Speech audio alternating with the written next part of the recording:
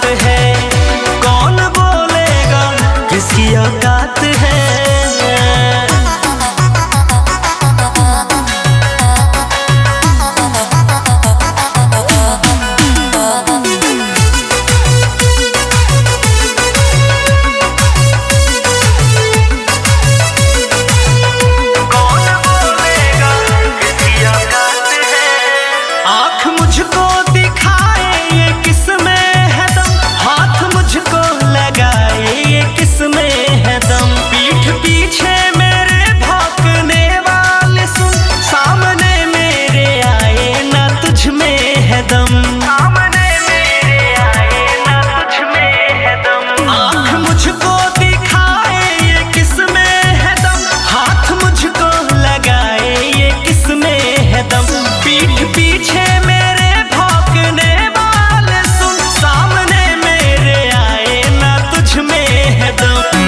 लक्ष्मण मेरा राम मेरे साथ है, मैं हूँ लक्ष्मण मेरा राम मेरे साथ है।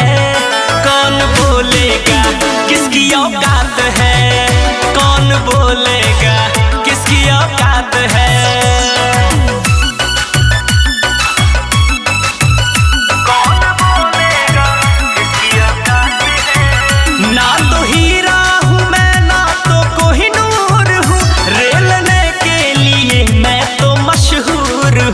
फर्ज पंगा किसी से मैं लेता नहीं, ले ले जो रे लेता उसको भरपूर हूँ, ले ले जो रे लेता उसको भरपूर हूँ। ना तो हीरा हूँ मैं ना तो कोहिनूर हूँ, रेलने के लिए मैं तो मशहूर हूँ।